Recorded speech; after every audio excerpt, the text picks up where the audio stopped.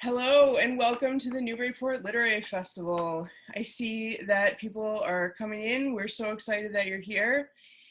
My name is Leslie Hendrickson. I am a longtime friend of the festival and I'm on the steering committee. I just want to tell you a couple things before we get going. We are using the webinar format, so only the panelists are going to appear. You don't see yourself, that's perfectly normal. You do see yourself in the meeting, but not in the webinar. And you will not be able, we can't hear you. You're muted and you're gonna stay muted. So please ask your questions, which we will have time for at the end in the Q&A thread. In the chat, I'm gonna post some information, it includes our link to our website, which has more information about our authors and other events today and May 3rd, as well as links to our independent bookstore partners, the Bookshop of Beverly Farms and Jabberwocky. They have books from all the authors in our festival, and we encourage you to support them or your local bookstore. And again, we really appreciate you joining us. And now I'm going to turn it over to Robin Call of Reading with Robin. Thank you again. Thank you, Leslie. And oh my goodness, welcome to this inaugural event. This is like a really big deal. Literary Festival online, brought to you by A Mighty Blaze. And my friend, Mimi Lemay. What a way to start a Saturday. So welcome everybody. You know, they just can't stop readers from reading. This is what we do. We gather and we read. You can hear me okay, right, Mimi? Oh yes, absolutely. And I think we have more time than ever to read, which is, for me, that's the silver lining, or one of the silver linings of the condition that we find ourselves in. So I'm really glad to be here together with you again, Robin. I love it. More books, more fun, more celebration of reading and all of that. Now for a proper introduction to our guest. Mimi Lemay is an international advocate for transgender youth and the author of the viral essay, A Letter to My Son Jacob on His 5th Birthday. Lemay and her family meet regularly with legislators, business leaders, educators, and clergy to share their vision of a more equitable world. She is a member of Parents for Transgender Equality National Council at Human Rights Campaign and holds a master's in law and diplomacy from Fletcher School at Tufts. You can visit her site at mimilemay.com. Her book, What We Will Become, I got that right, A Mother, a Son, and Journey of Transformation. Mimi's memoir has been out for thank you, it's good to be here, has been out for just over 5 months. And Mimi and I had the pleasure of a conversation shortly thereafter. And I'm thrilled to get to chat with you again, Mimi, and hear what's been going on in the last 5 months or so. So again, welcome to the Newburyport Literary Festival, brought to you by A Mighty Blaze. Thank you, Robin. I'm so excited to be here, and thank you to all of you who are listening and watching. This is the most exciting thing for me as an author, is to be able to reach directly to the reader. So I really appreciate your coming. Yeah, and here you are reaching out. Now, before we even, I should have brought my coffee. Yes, the coffee mug. I was going to, and then I thought, this isn't my show, and I didn't know if I could. Authors can do whatever they want. You can go get it, and I'll start talking. If I go get it, then my pup's going to follow me downstairs. I'm in the basement studio. But thank you so much, Mimi. But no, you just enjoy yours. I'll imagine what mine might have been tasting like. So first to ask you, how's everybody doing with the stay at home? How are the kids? How's life going? We're doing okay. You know, I think like most people, it's one day at a time, 1 hour at a time. And so I find that I have my better days when I have more energy and I do projects around the house and I'm able to kind of rouse the kids to do something interesting or exciting. And then there are just days when I wake up and I'm like, oh, I feel deflated. So I think like most people, it's I take each day at a time. I try to have a little compassion for myself. The kids are doing well, better than I expected. The age differences seem to be playing into it. Ella, my oldest, is 11 going on 18, of course. And I think for her, it's harder. She's not into as much play as Jacob and Lucia are. Jacob is now 10. Lucia is almost 8. She'll be 8 this week.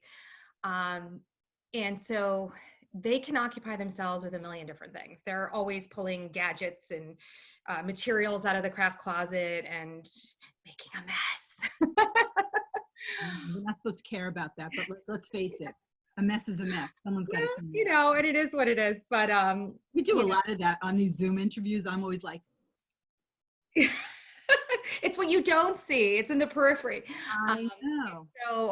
And I think for her, her age group, it's more about the relationships. And so she's feeling it more keenly. Yeah. You're doing okay. And thank you. How are you doing?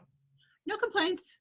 Okay. You know, same as you're saying, one day at a time, trying to give myself a break. But I feel more energized than ever because of the books and because of being able to bring so many books to so many readers.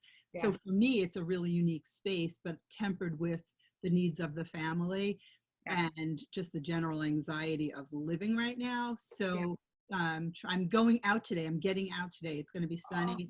And that's something else. I'll tell you about that later. But I am getting out. But thank you for asking. Yeah. I mean, as long as everyone stays well, we'll manage. So you had this viral essay. Sorry.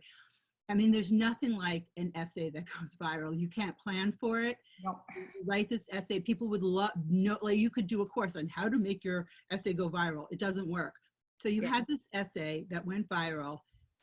Talk about that a little bit, and then the time period in between where you decided it's going to be a book and that journey. So I have to preface it by saying I'm not a writer by trade. So I had gone to school for international relations, and afterwards I had found myself after grad school and undergrad kind of geographically limited. I live in Boston. And so I tried a few different things. I ended up teaching for a while. I loved it. Then I had my kids. And my second child, my middle child, who was assigned female at birth, which means the doctor said, you're a girl. You have a girl, rather. At around the age of 2.5, underwent a mood change, which was startling, and a decline emotionally, mentally, in every way.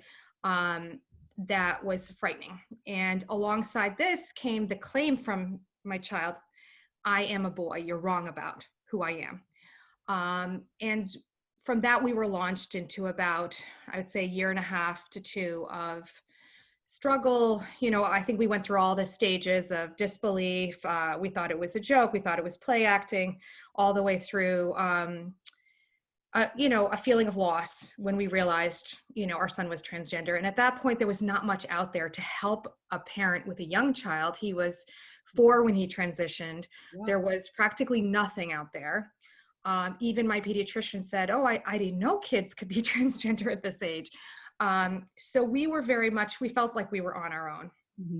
And the transition not only went well when he chose a name, Jacob, socially transitioned, which means he cut his hair and he had he, him, his pronouns. Simple as that at that age. It was so remarkable, the change in him when he was allowed to be who he had claimed for so long that he was, that it started to build up in me. What if this could be a template for so many other families who are struggling? You're not alone. Don't be afraid.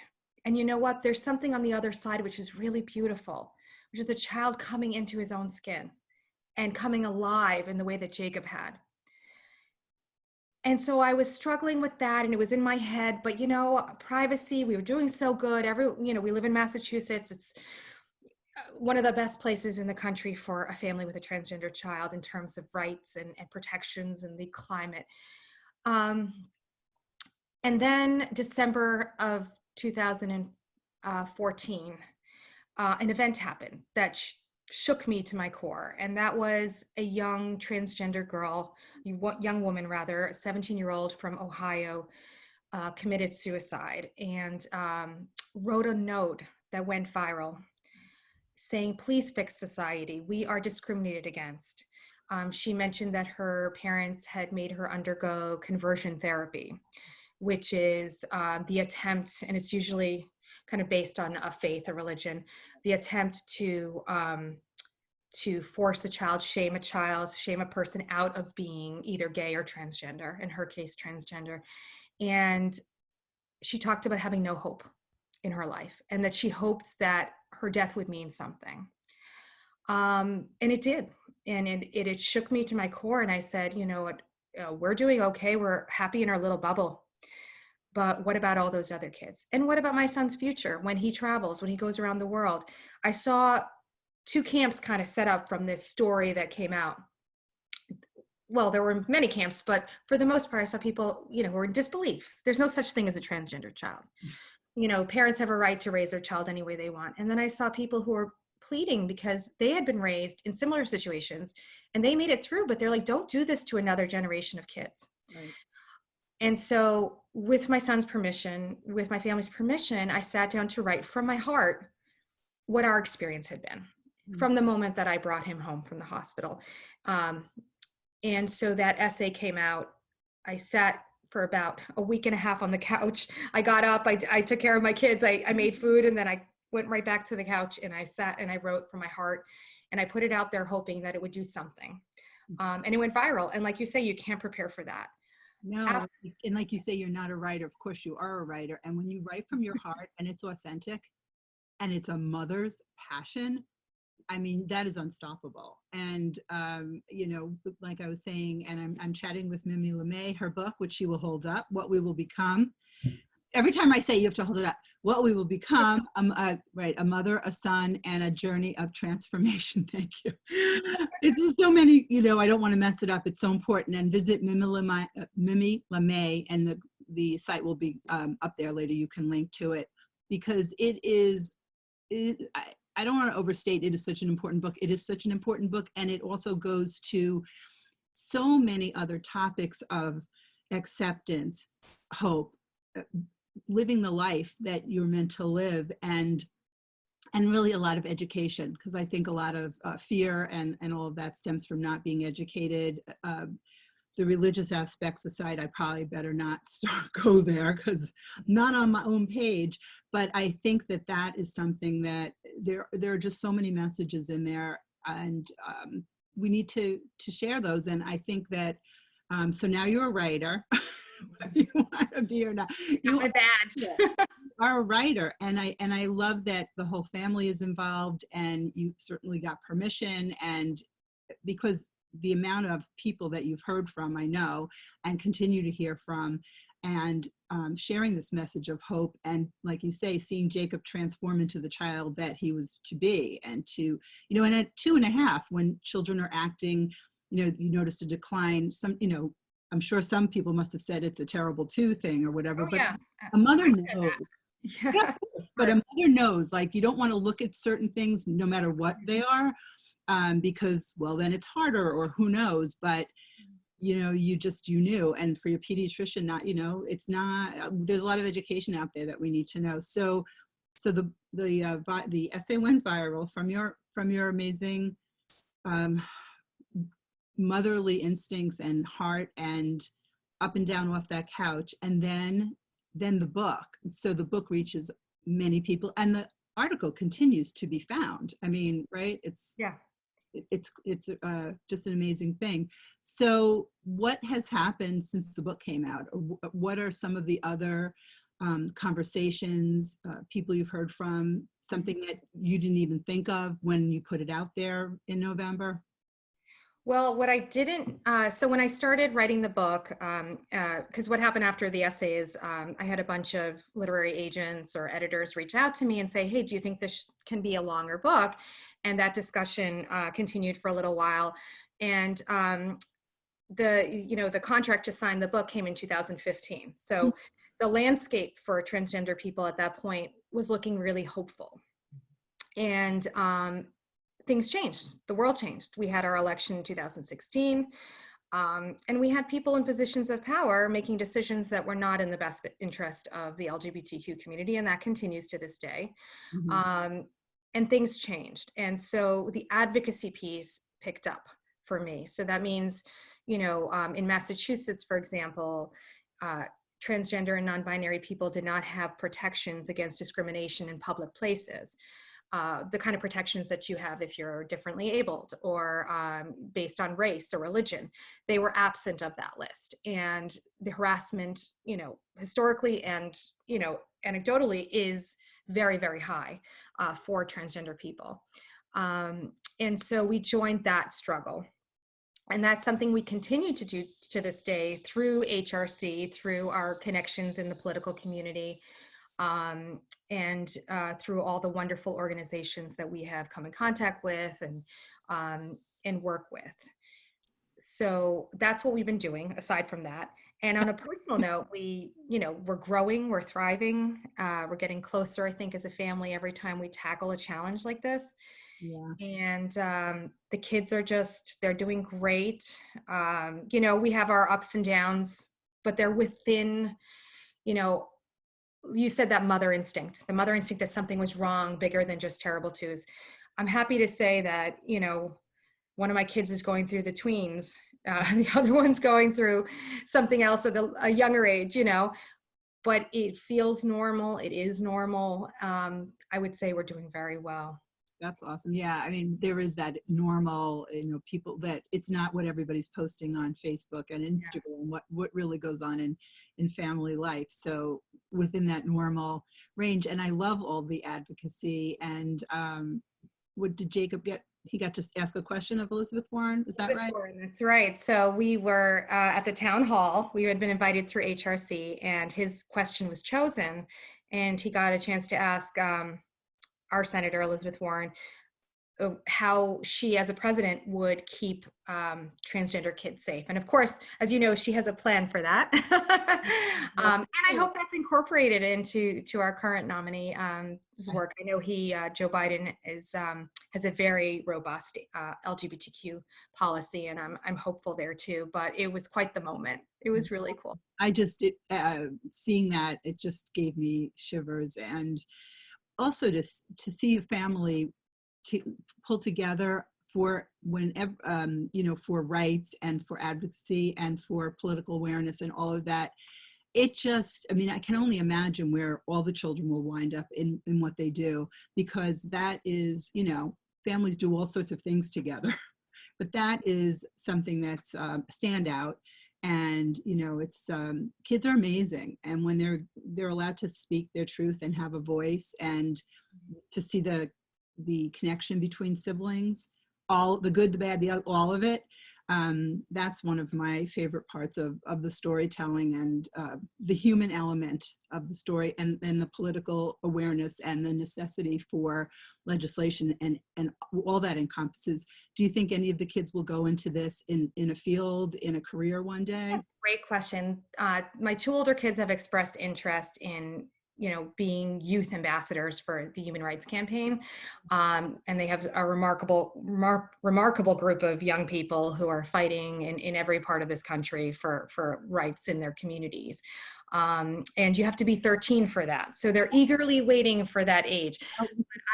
I think that could, no matter what they choose to fight for, if they're fighting for something, that's important. And we are trying to give them the sense of agency that comes, the empowerment that comes with being able to fight. Robin, you asked me what was the more surprising reaction to my book. Mm-hmm. And I have to say, I wrote it, there is the religion part. So my book has two threads. There's the story of parenting Jacob, and then there's a story of growing up in an ultra-Orthodox Jewish community and kind of realizing that glove didn't fit either, and having to struggle mentally and emotionally and with my family to break free and forge my own life. I think the reaction that I didn't expect that much of a reaction to the Orthodox piece, to the growing up religious and kind of having to forge my own way. So that's been interesting. So yeah, what are you hearing from the kid? Of course, I'm thinking of, earlier when I was talking about religion, I was thinking more of the conversion therapy and that ilk. Yeah. That was more what I meant. I'm fine and comfortable discussing.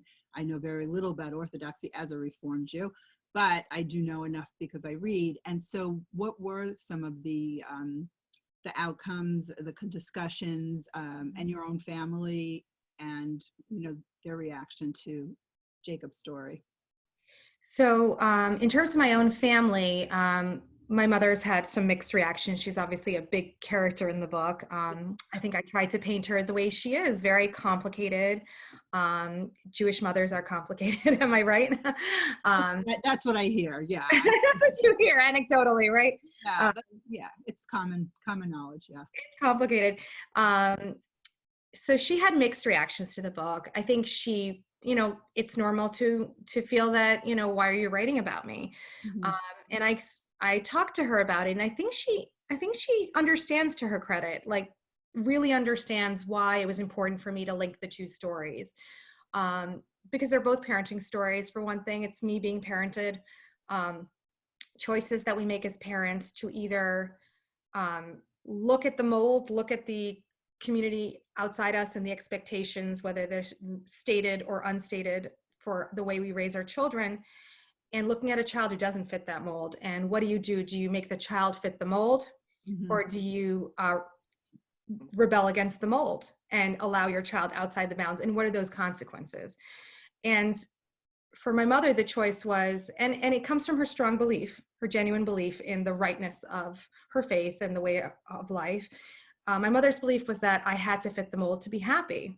Mm-hmm. And her fear that I wouldn't, I think, led to, in some instances, to her not to hear the pleas that I wanted to have a different life. I wanted to have my independent intellectual life, which as an ultra-Orthodox Jewish woman was difficult. Sure. And in my case, seeing my child and knowing that feeling of having someone say to you, God designed you for this role in life, and that's what you have to do.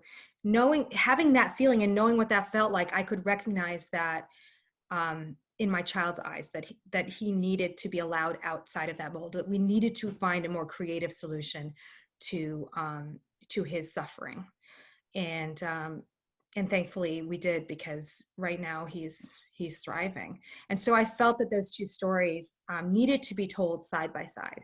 Yeah, I mean, absolutely. I can see the way all of that would work. And when you sit down to write a memoir, there isn't, there's a story, there's an arc, there's what you're telling. So when they're so, inexplicably, tied together, that you wouldn't have been your authentic story to leave such a big part of that out. Right. I know we're probably going to get to questions soon, so I have one last one. Oh, and there's Leslie. I was just going to pop on to say, if anyone has any questions, please put them in the Q&A. Robin, why don't you go with your last one while I monitor that? Yes, thank you, Leslie. It's every time someone pops on, I just think it's Endora. What advice would you give, Mimi, to parents who maybe suspect this is something that's going on, have been approached? Your words of wisdom. So I think no matter what the situation is, whether it's a child who is actually stating that they are a gender identity that's the opposite of the sex assigned at birth, or a child who is fluid, which can occur, or a child who is exploring, whether it's only the clothes or the hair, we can only benefit from following our child's lead. Mm-hmm. This is healthy. There are people, gender is a spectrum. It's not, black and white, boy and girl. And we know that scientifically too. We know that there are so many variations on the XY genome. And so we can think of it as allowing your child to grow like a plant grows, with the sunshine and the water and the space. Or unfortunately, we can stifle that. And I think that any parent realizes in their heart what your child is who they are. They're expressing their deepest self. Identity, gender identity is coming from the deepest part of them. And we don't want to stifle that. We want to get out of the way. And getting out of the way, you will see the benefit of that with your child. And people who are not on board with parents supporting their kids can say they give these analogies. They say, well, would you let him smoke pot if he wanted to at the age of 4? Or would you let him drive your car? Well, that's different. I mean, who my child is, I know, right? I can't hear you. That becomes the parallel? Has anyone? It's ludicrous, but it is something that I hear a lot.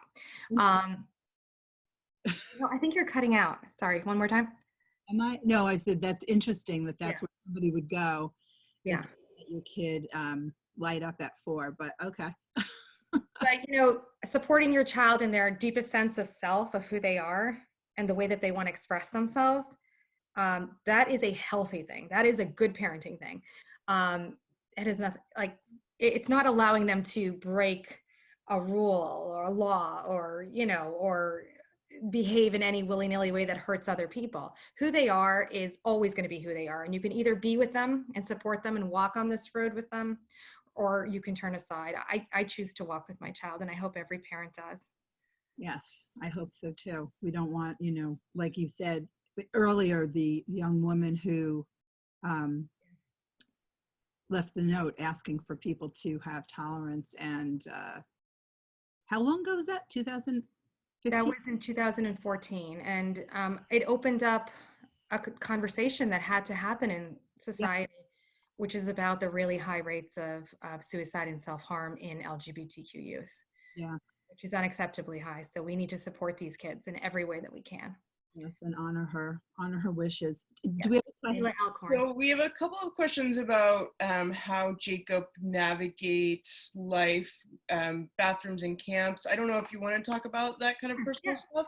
So Jacob, being a transgender male, meaning sex assigned at birth was female, so some parts of his anatomy are more typically female, but the part of him that forms his personality, his thinking about himself, is male.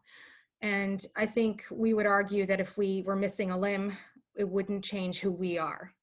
So he is a male, so he uses the boy bathrooms and the boy everything, and joins boys sports teams, and that is as it should be. And that's reflected, for example, in our state, in the Massachusetts guidelines that are given by the state to the Department of Education. And we're hoping that this is something, you know, under the previous administration, it was something that was a guideline for the entire country. That was rescinded in the current administration to some tragic consequences. But we are hoping that we have that back, because I think it's really important that kids are able to live and fully function as the gender that they know themselves to be. And we have also a few questions about hormones, whether that's part of your long-term plan and how those work, and if that, I'm sure that's something you've looked into so far. Yeah. So and some, you know, and just a caveat that I'm an advocate, so I talk about these things, and I'm open to talk about them, and I think it's important, but not everybody who's a parent of a transgender child would want to be asked, you know, questions about hormones and private medical information. But I'm cool, because that's what I do. So at the age that Jacob is at, the medical intervention that is the standard of care, the American Medical Association, American Academy of Pediatrics, American Academy of Child and Adolescent Psychologists, they all promote the standard of care for a child this age is puberty blockers. So we delay puberty. We press a pause button on puberty, because if we would allow it to continue, then Jacob would have the puberty associated with his, you know, his reproductive system. And for transgender kids, that can be a devastating blow emotionally. And that is the point that we have severe depression and anxiety. So what we do is we press the pause button. It can be released at any moment. And we do that until a child is in probably the middle of high school, early high school. And at that point, the child and their medical team and the endocrinologists and the psychologists that work with them, or the psychiatrists that work with them, they have all had years to think about where the child wants to go next. And every journey is different, right? So my son may want to have hormones, like have the hormones that are affirming of his gender identity, which would be testosterone, right? That would come at early middle high school, after years of being followed and assisted and thinking about these things and the consequences. So absolutely, it's on the table. It is a life-saving measure. Our kids all have different needs, and you know, there are many parents who relate to what I'm going through because they have a child who needs medical intervention for another reason. Non-COVID cough. I can't catch it from here. You qualify. Yeah. Always sneeze, Talking too much. right? And we don't deny those children the medical care that they need, whether it's a heart transplant or something else, because every child is born different. Every child has different needs. And the medical needs that are the standard of care for a reason for transgender children is frequently blockers. Sometimes it's hormones. And then at an adult age, it could be gender confirmation surgery. Gotcha. We have a couple of questions from your family as well. How did your husband react to Jacob's transition, or Jacob's true self? Yeah. So I'm the one who had the chance to write the book. He says that's not his wheelhouse. But he was just on board with it along with me. We each had kind of a feeling of revelation about where Jacob was going independently. And if you read the book toward the end, I come into his office and I say, I think we need to go forward with the transition. And he goes, yeah, I reached that conclusion. So thankfully, he was on board from the beginning. He could see what Jacob was going through. And he actually had he had watched a TED Talk earlier than I had that talked about transgender youth and, like the middle school age. And kind of had even more information than me to start off with. So that was thankfully, because it can be really hard when two parents aren't on the same page. Right. So unfortunately, we only have time for one more question. I appreciate everyone's great questions, but we got one question about what resources or recommendations you have for people who may not have financial resources, doctors, therapists, and other professionals, and just what resources would you recommend for people who are starting to go through this or going through this? Oh, that's a great question. And I think that if you're in a state where the insurance is not required to cover medical care, because that's what I think you were talking about, I would definitely be in contact with some of the bigger agencies, Human Rights Campaign or PFLAG, for example, might help direct you. That's the Parents for Lesbian, Gay, and Transgender Kids, might help direct you toward a resource that is local. But in terms of resources that every parent should access, whether they're looking for medical care or not, I think that PFLAG, for example, is really important. That's parents getting together, sharing resources, sharing stories. There are often groups that you can join and support groups. And that's really important for the parent also to be supported through this. And I would definitely look into that. Depending on the state you live in, we have wonderful programs here. Fenway Health in Massachusetts. It's close enough to the tri-state area. The New England area that you might be able to access it if you live somewhere else. We also have the Sydney Borum Center. We have GEMS, the Gender Education Management at Boston Children's.